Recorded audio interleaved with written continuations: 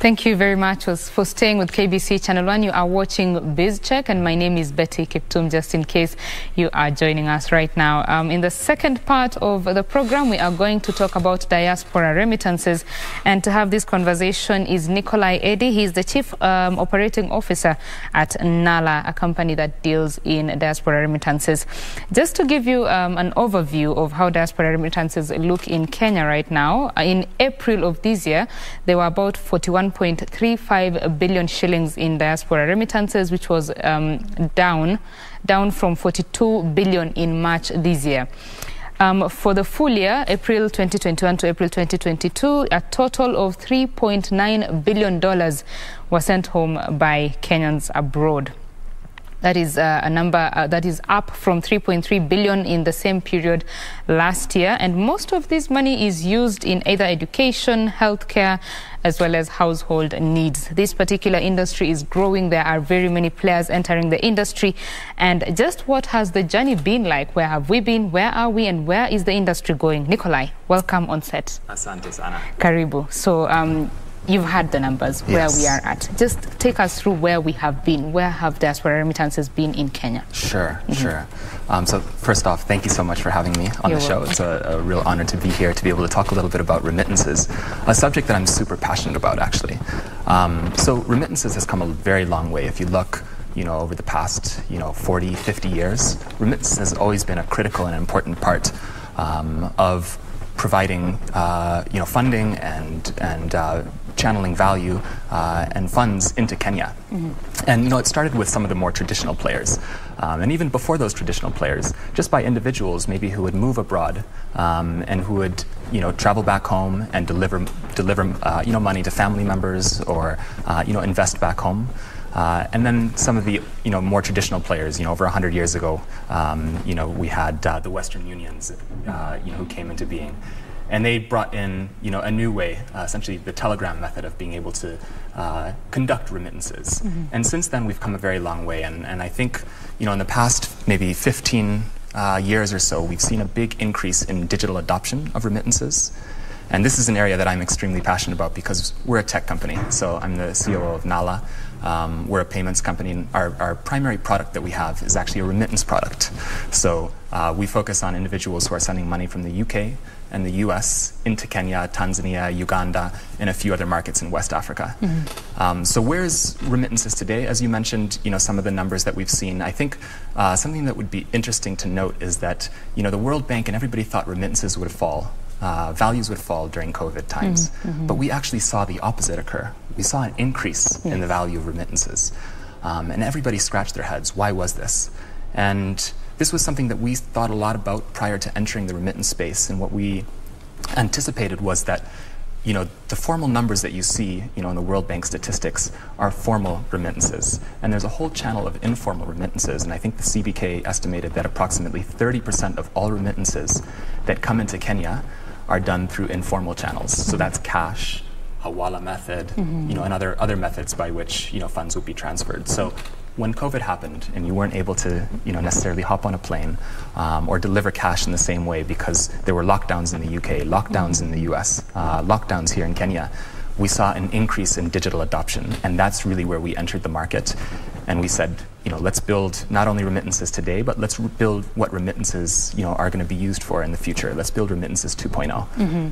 Before we get to remittances 2.0, let me just state that the United States, is the largest source market for Kenya's remittances at about 62% as at April this year. So that means that is a very big market. When you talk about entering this space and challenging the big boys, so to say, what does it take? Well, another interesting statistic to look at, right, is the cost of remittances. Remittances are extremely expensive still to this day. And in fact, sending money to the African continent is the most expensive region to send money into. Sending money into Kenya is also quite expensive. And I think I saw some statistics from the CBK that it's approximately 7% of the value. So what that means in practice is that, individuals are moving abroad to work hard, to be able to earn money, to be able to support family members back home. And a big chunk of that is being eaten in fees. And we have to ask ourselves, why is that? Why is this happening? there's a big demand for US dollars in the market in Kenya.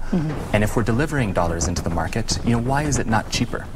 And the reality is that there's the payment infrastructure, or the layers that sit in between where the money is sent and when the money is received, is stacked up, right? And so everybody wants a piece of the pie. So for us, what it takes to challenge the big boys, it takes us to go directly to the source so we can reduce costs. And that's a big value proposition for us. Our focus is, how can we make it as cheap as possible? How can we have the most money that is sent end up in the hands of individuals here in Kenya? And just to answer that question, how is it done so that you're not paying so much to send money home? Yeah. Well, a big part of that is done through technology. We have no physical branches, so we don't have to support, the cost of physical infrastructure. So our cost is really about building the tech layer, and about, in order to compete and reduce costs, it's about going as close to the source as possible. So you may have seen this past week, we just signed a deal with Equity Bank.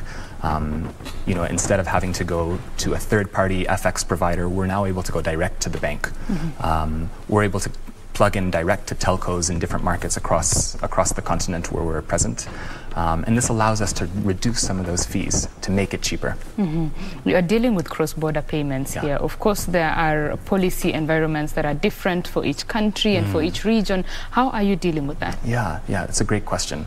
And it's something that we take extremely seriously. I think the security of individuals' money is one element of it. And then, of course, complying with regulations, anti-money laundering, counter-terrorist financing regulations is extremely important to us.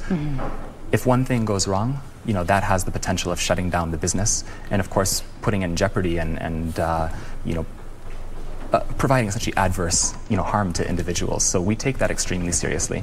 We have a very large compliance function and fraud function within our company. So before we go into market, of course, we do our due diligence, and then we have transaction monitoring, daily transaction monitoring, PEPs, adverse media, sanctions checks. These are all checks to essentially make sure that we comply with international regulations as well as local regulations from the CPK to ensure that we're not going afoul of any laws, and that we're keeping individuals' money safe. You say you're in Tanzania and Kenya and part of West Africa. To be specific, let's talk about Kenya. Sure. What attracted you to Kenya? Yeah. So many things. So we have, for one, it's a massive remittance market. It's one of the largest on the continent, and in East Africa it is the largest. So there's a huge diaspora population that lives abroad that remits money back to Kenya. So that was one immediate piece. And then in terms of setting up operations, I think how we at Nala differ from a Western Union or a World Remit or a Sendwave is we're actually building this product together with individuals who are based in the countries where the money is being sent to.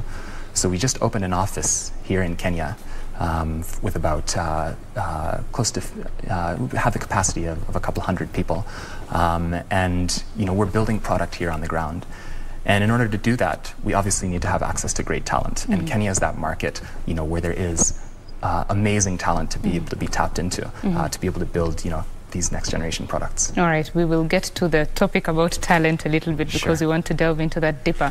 But let's talk about the 2.0, Remittances 2.0. Where is it going now? Now that there are many fintech companies who are entering this space, what will it take for a fintech provider in that space to make themselves, stand out? Well, something that's very interesting about our app is we have close to 20% of our users who are active on a daily basis.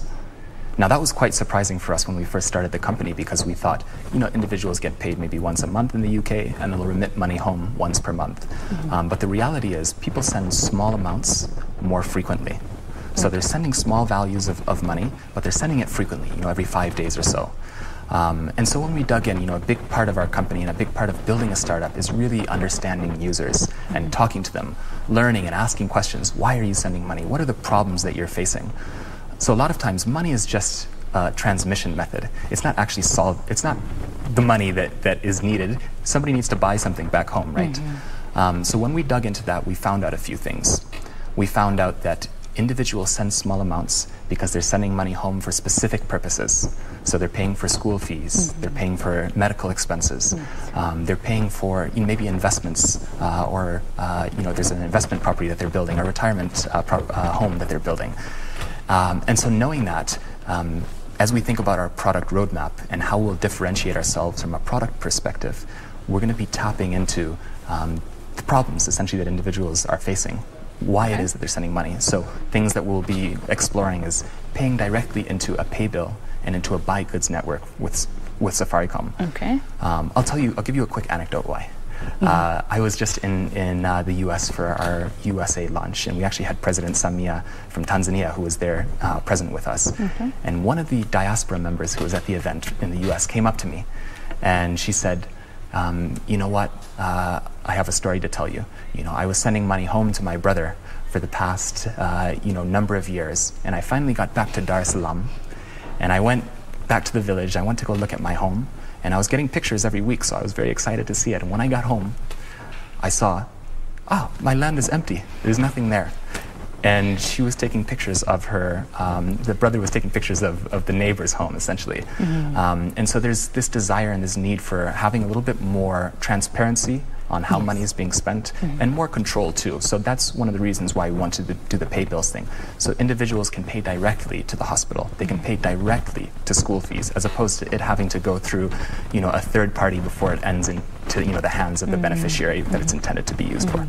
I think that's very important, and that story is pretty common in Kenya actually. People coming back, finding their business is non-existent, their house is non-existent. It's pretty common as well here. So of course ensuring, and how is the uptake on that front? So we're in the process of building that out, that piece out, and we're building out a few other components that will really differentiate us as well, that are along similar lines. So think about, for example, a companion wallet, a wallet that could be used for emergency purposes, that is provided by the sender, but that somebody here in Kenya could tap into if there's an emergency, and it's the middle of the night and somebody can't send money. So things like that. So we're in the process of building those out. We should have some of these new features in the next couple of weeks, at which point, we'll be happy to share more about, what the uptake has been and what the response has been. All right. Let's now talk about a talent bit. I mean, you deal a lot in talent. And talent in Kenya, especially in the tech industry, and how learned the Kenyan populace is, especially the young people. Talk to us about your experience in finding this talent, their quality, and what you're doing to even build their capacity, so to say. So, Kenya has a massive, potential, I think, and you see that in all the startups that are springing up here, and all the innovation that's taking place. And you have to thank, regulators like the CBK, who are able to enable this and make it easier for startups to be able to spring up and do innovative things, especially in the fintech space. With respect to talent, talent is, there's no company without having amazing employees. And so everything that we've built has been because of the amazing team that we have, that's behind this, who's really, engineering the product, who's bringing the product to market, who's marketing the product. And many of those individuals sit here in Kenya. Something I'm personally very passionate about. I love Kenya. Kenya is a country that I hope to live in for the rest of my life. And one of the things that I would love to be able to contribute to, even if it's in a small way, and that we as NALA would love to do, is to be able to create more opportunities. There's so many young people who graduate from university. We have, for every one position that opens up in our operations and support team, we have approximately 150 applications of qualified individuals. And that's low compared to the numbers that we hear out here. That's low. And that makes it super competitive. So how can we bring more jobs to Kenya? How can we bring, have more opportunity? Because the talent is here. I think it's about being able to, and hopefully NALA will be one small component of being able to make that actually happen, but being able to open up, international markets in a wider way, to be able to, allow the whole world to be able to tap into the talent that exists here in Kenya. How about in terms of capacity building? Because there's the schoolwork that you do. You study, you have your degree or your diploma, and then there's the skill that is needed for you to actually do the job. And the tech industry keeps changing on a daily basis. I mean, there's something new even right now being created, So what are you doing to ensure that these developers, engineers, the whole ecosystem, that they are up to speed? Well, I'll give you an example. When I I graduated from university, and I don't want to say the date, but I graduated from university, and when I went into my first job, I didn't know exactly what to do, right? I didn't have the skills to be able to do, from day one, the job that I was expected to do. But what my job did a very good job at was they gave me a training program. They gave me the skill set and the tools to be able to, excel in the role that I was in, when I first entered the job force. So we think about that in a similar way. Building talent and being able to, cultivate talent, especially individuals who are early in their career who've just graduated from university, and having a very rigorous training program is something that we do at NALA. And a vision for us, and we talk a lot about this in our HR team, is about how can we build the best training program so that when individuals come through NALA, all Kenyan enterprises want to hire individuals because they know that they've had such a strong, training regimen at the company. So that's sort of how we think about it. We do a lot of investment, in our employees. There's an educational stipend that we give to every single employee across the globe, which is the exact same amount universally. And we really promote and want individuals to continue to grow and learn. Something I'm very passionate about as well. Yeah. And are you hiring local? Are you hiring locally? We are. We are. So we're hiring for a number of roles in operations, support, compliance, product design, engineering, you name it. So we're hiring. Yes. All right. Let's talk about the understanding of the market. Sure. There are very many fintech companies that someone has a light bulb moment, they create an amazing product, but they do not look at the market. Just because the market in Kenya versus the market, say, in South Africa or Nigeria, they're very different. Yes. Different needs, different capabilities. Yeah. What is the importance of understanding the market in ensuring that the business thrives and is answering to the questions that are being asked by the market? That's such a great question. Because you're 100% right. I think, many individuals, and you look at other remittance companies, they kind of group regions together, and they think that, the markets are all the same universally. But the market between Tanzania and Kenya is very different as well. And I think that's something that is extremely important to understand if you want to build a successful company. So for us, everything is user-driven. We talk to users, we go on the ground. Before we launch a market, we spend a lot of time talking to individuals, doing market research, and ultimately, I think, a million people have ideas, right? I don't really believe in ideas. I believe in execution. And in order to execute, you have to understand who you're serving and what problems they're facing. So that's something that's extremely important, I think, for any, tech company or any startup, any business for that matter. Instead of just having an idea, try to validate that idea and learn a little bit about what is the problem that you're actually trying to solve. So that's something that I'd say is extremely important. Yeah. Very important, of course. Let's talk about the industry in general. Yeah. I mean, of course, Kenya is growing, the tech industry is growing, many companies are coming and also developing others locally. Yes. So it doesn't mean that we are there yet, you know, there's still a long way to go. Yeah. So what should be done in the industry to take us in the right direction, maybe even faster? Yeah, that's, with all of the opportunity, there's also challenges, of course, to think about. And I think, from a regulatory perspective, there's amazing work that has been done. And I think just as regulators sit down and think about their policies, ensuring, of course, that individuals and consumers are protected is the most important thing. And then after that, thinking as well about, innovation. How do we support innovation, and how do we support entrepreneurs and startups to come into the ecosystem and to be able to contribute?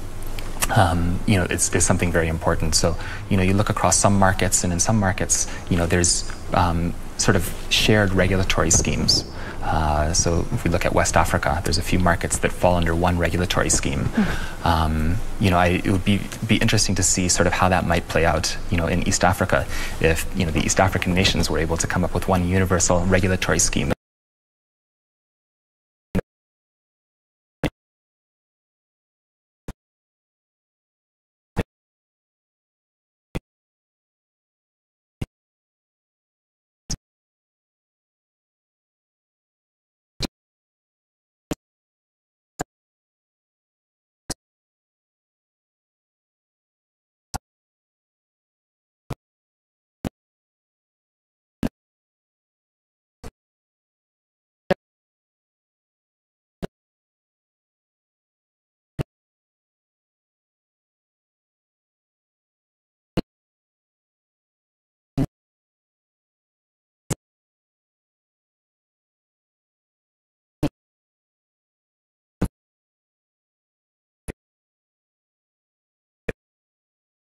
regulator. Okay. So we have to comply with the regulations of these regulators. And, in the UK, GDPR is the Data Protection Act that covers all companies.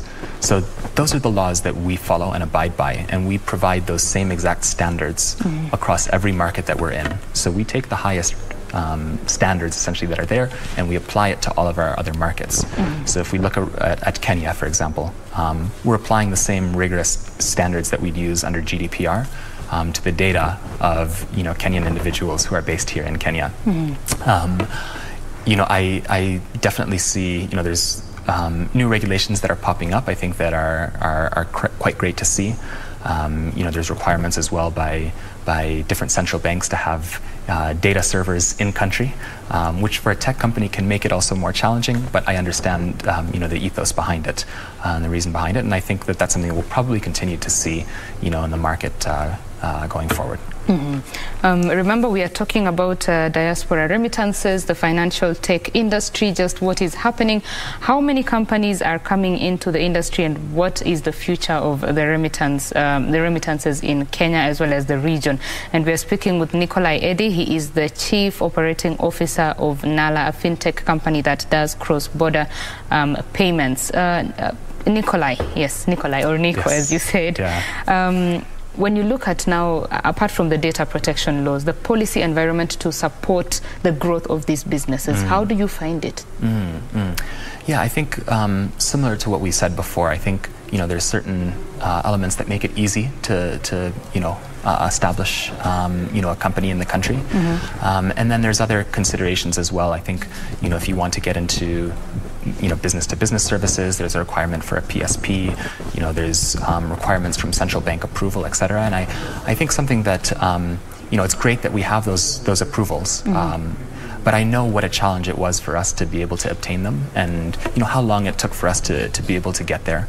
And I think, on one hand, I understand, I think it's very good to really do rigorous checks to ensure, that companies are legitimate and they're really protecting user data, and they're doing rigorous analysis on a company before they just allow them to provide a service in the market. On the flip side, it would be great to see more in sort of a regulatory sandbox environment. I've seen that, in the UK, we're part of the FCA Innovation Hub, which is the regulatory sandbox. And that allows companies on a very small scale to be able to try and innovate and try new ideas. So I think seeing more of that as well for, local companies that are based here in Kenya, such as ours, would make it easier for us to be able to innovate and try things out, and then seek, in collaboration with the central bank, the requisite approvals to be able to launch sort of in a full-scale format. Okay, we shall be talking about peer-to-peer learning in a little bit, but we want to take a quick break. When we come back, this conversation about the Diaspora Remittances continue. You can also interact with us on our social media channels. On Twitter, we are at KBC Channel 1. My personal Twitter handle is at Betty Kiptum. Do talk to us. What has been your experience? And just what do you expect of this industry? BizCheck continues in a short while. Do stay with us.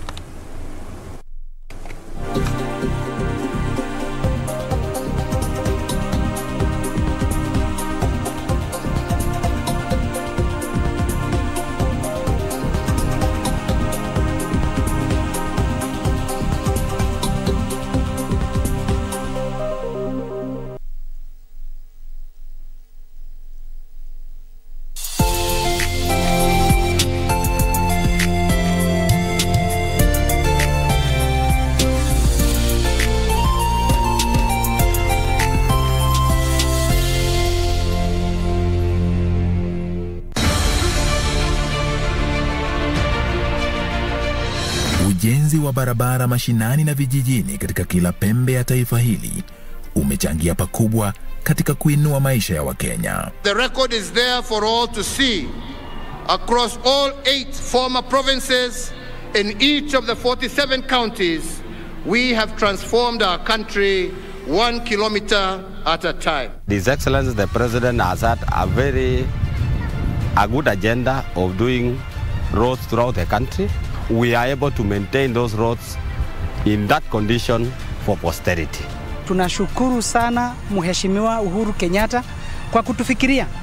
Hapa kwetu hata tunaiita Uhuru Road kwa sababu he is the only person who promised na akatenda.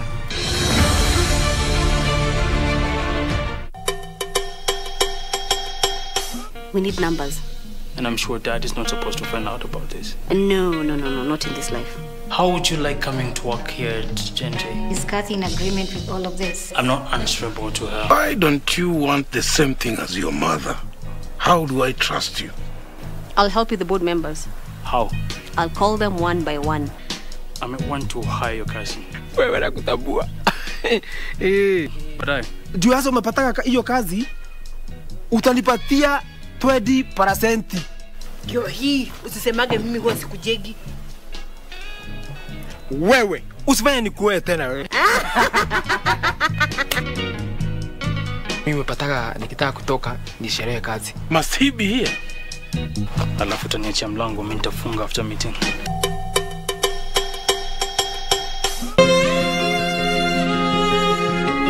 Can you feel the excitement in the air? Aggression is not a political tool I ever use. Never.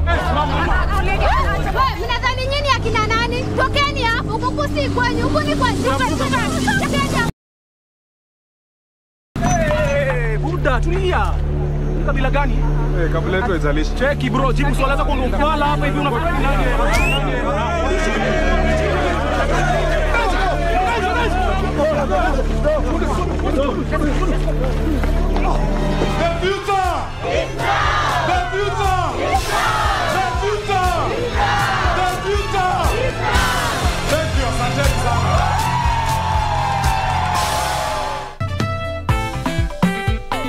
Agatha, hebu funga hiyo mdomo yako kubwa.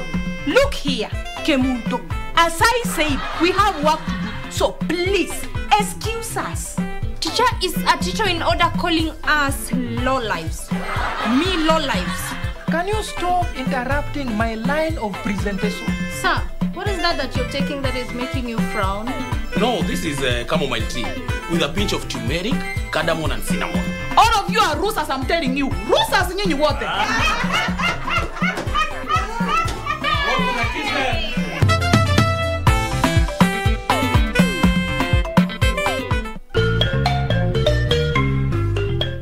Wiki hii kwenye mkulima tutajifunza jinsi ya kupima mchanga na umuhimu wake kabla ya kufanya upanzi. Wima atutembelee ndio tumueleze kama mchanga yake iko na viini mbaya zile zinaweza dhuru mumea.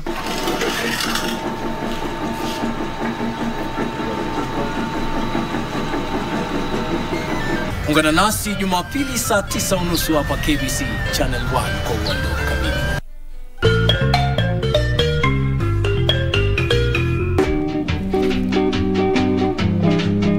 Umefanya course gani?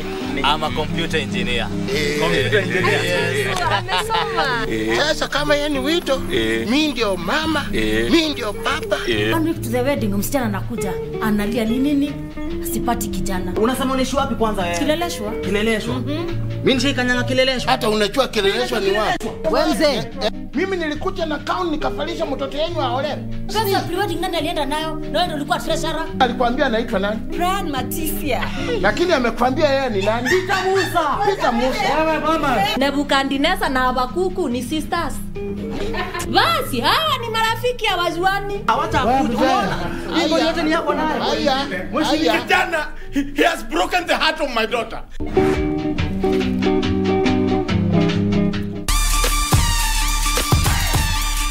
Mexico has also been known for being home to one of the most spectacular forms of pro wrestling ever, Lucha Libre. Major League Wrestling competes with the grandest Lucha Libre organization in the world, AAA.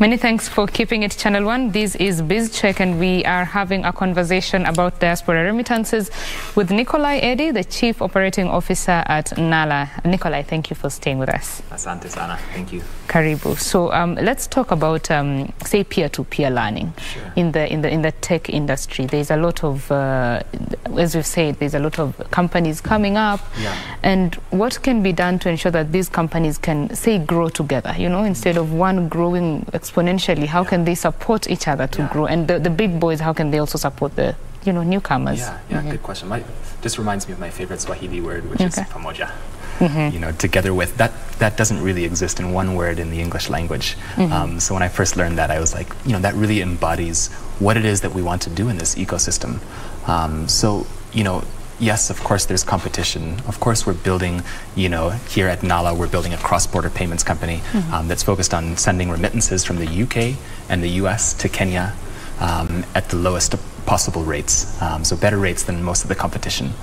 In order to build that company, you know, it takes a lot of learnings and a lot of help from other individuals who have helped us on this journey. And that's something that I see, you know, more of, you know, even in this market than I see in other markets, you know, that I've operated in the past. And there's many ways in which that might, you know, unfold. I think for one, the tech ecosystem here is so strong that we have, you know, founders from a competing company that might want to help out founders from, you know, another company. So we think a lot about that as, you know, there's other companies that are up and coming, other Kenyan startups. You know, one of the things that I love doing in my free time is being able to spend time with these companies to be able to share some of the lessons that I've learned. So hopefully, you know, they don't go through the same challenges, you know, in the same ways that we went through, and they can sort of avoid them. And you know, we've been very fortunate to be the beneficiaries of those as well, of, you know, the companies that were there before, you know, the Cellulants, some of the other established tech companies, to be able to get lessons and you know, learn and grow together. Ultimately, the market is big enough to support enough innovation. You know, we're not at each other's throats trying to cut each other down. We want to build each other up, because the reason why we're doing this work is to have an impact, ultimately. The only way one will have an impact is if we work together. And so there's quite a bit of opportunity, and I see that in, you know, peer-to-peer mentorship, you know, founder to founder. And then we also see that take place in you know, other settings. So think about incubators. You know, there's a host of entrepreneurial incubators that exist all across Kenya, and then other international incubators such as Y Combinator, you know, which has born a number of companies all across the continent, including Paystack, Flutterwave, and a number of other large companies, which we've been a part of as well, which has been a big, you know, something we're very fortunate about. Market Force 360 here in Kenya, you know, being one.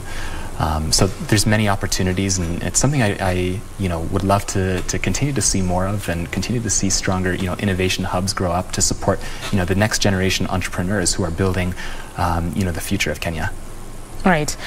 We've talked quite a lot about the tech innovations, both in diaspora, I mean remittances, and even outside fintech. Let's talk about the diaspora bit of it. When someone is looking to either send money or receive money, as they pick an option of, you know, which channel to use, what can they do, or what pointers can they use to ensure that they're using a channel that is safe? Yeah, that's a great question. I think trust for any company that's dealing in fintech is one of the biggest challenges that these companies face. And I think that's for the right reason as well. You know, individuals want to make sure that their money is safe. They want to make sure that their hard-earned wages are not going to some scam, or that their, you know, money is somehow being lost, you know, in the cracks. So, you know, as consumers think about picking, you know, a remittance app, I think, you know, one piece that to take into consideration is, you know, understanding, looking at the FAQs to understand, how does the company protect the data? How does the company protect, you know, the personal information that is gathered, you know, during the KYC or the onboarding process of the individual? You know, that's one piece. And then, you know, ensuring as well that there's ways to, for example, you know, have authentication, proper authentication within the app. So, you know, if somebody steals your phone, you know, or, you know, there's somebody gets access to your phone that shouldn't have access, that they can't make transfers on your behalf. So ensuring that it's password protected, you know, are some of sort of the foundational pieces that we have to take into consideration. So, here at Nala, this is something we take quite seriously. Our chief technology officer actually was a security expert for a number of years, and he was brought in, when there would be major hacks at other companies. He would be brought in as that expert to solve those issues. So as we built Nala, even before we launched to the first beta users, we did penetration testing to ensure that the app was deeply secured. And we have a number of measures sort of in place to ensure that individuals' money, data, and personal information is protected. That's something that is a must-have for any tech company. So individuals who are out there can look for some of these things to read a little bit more about how is the application or the service secured, as well as just ensuring that they're password protected. There's other authentication methods, be it fingerprint or Face ID scan, to ensure that the app is protected. You talked earlier about just understanding what this money is being used for, here in Kenya. There's the other bit of the people who are sending the money, the diaspora, being aware of the opportunities, including investment opportunities in Kenya. What is there something that is being done about that to ensure that there's more awareness out there of the opportunities that are available at home? That's a very great question, and I think once that occurs, the value of money that's going to pour into the country, and that's, let me clarify, that's already happening. But as that continues to grow, that awareness continues to grow, the amount of money that will be continued to be channeled into the country will continue to grow. And so we just had a meeting last week with Equity Bank, and they bank a number of SACCOs here in Kenya, and there's a number of diaspora members who like to contribute to those SACCOs, but there's no provider out there, no remittance provider that's allowing these individuals to be able to provide with a payment reference an easy way. So it makes it difficult essentially for the SACCO to be able to do reconciliation, to check if Winnie or Kibet has sent their money to the particular SACCO. And so I think there's opportunities to be able to, through technology as well, to be able to allow for that to happen. So that's something that we're working on right now with Equity Bank here at Nala. In terms of other opportunities, I see in some markets this happening more than in other markets. I'll just give you an example of what I see in Ghana. In Ghana, there's the Diaspora Housing Association, and this is an organization that we work with at Nala to make it easier and facilitate large payments, for the purchasing of, be it land or the purchasing of a home back in Ghana. And these would be types of organizations that we here in Kenya would be very keen to work with, supporting the diaspora to further invest back here in Kenya. So there's an opportunity to formalize, so to say, the way the dealings between the diaspora and Kenya, not just the channel of sending the money, but also the usage, right? Yes, yes, yeah, I think so. I think that's right. And there's opportunities that we're very open to further exploring as we think about Remittances 2.0. I think that will be a big part of what that is it's tapping into the specific needs of why diaspora are sending money back to Kenya, be it for real estate purposes and groups that are formed within the diaspora, and allowing then payment methods to be able to help facilitate these groups, because these groups do exist. But I think it's about connecting as well, maybe the challenges that some of the diaspora groups would face with solutions that are there to be able to solve these problems. That's something I'm very keen on further exploring. Right. Yeah. The remittances are quite a big foreign exchange earner for Kenya, but could you just speak to their importance in economic growth? Sure. So remittances, if I'm not mistaken, account for approximately 3% of GDP here in Kenya. Also, with numbers that are increasing, I think we're on par to reach about 3.7% of GDP this coming year. So it plays a significant part of economic growth. When we talk to our users and we find out about how money is being spent by the beneficiaries, money is being spent for critical needs, critical things. It could be things like hospital bills or school fees, which is investing in the youth and investing in Kenya's next generation of early talent. But it could also be other elements as well. And so this is this is something that that is very important, yeah. So the demand right now for remittances is still high? Yes, demand is high and continuing to grow.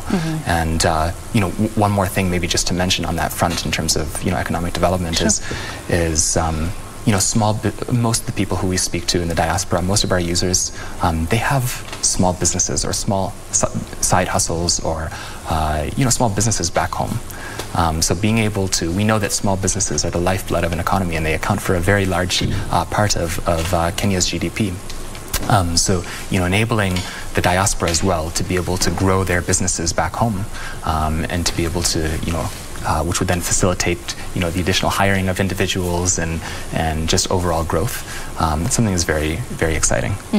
When we talked about the cost effectiveness of sending this money home, you said that it's still very high in Kenya, in Kenya, in Africa in general, and your company is doing something to bring it down. What will it take for the whole industry to bring that cost down? Yes, that's a great question. That's a great question. I think it's a matter of time before that happens.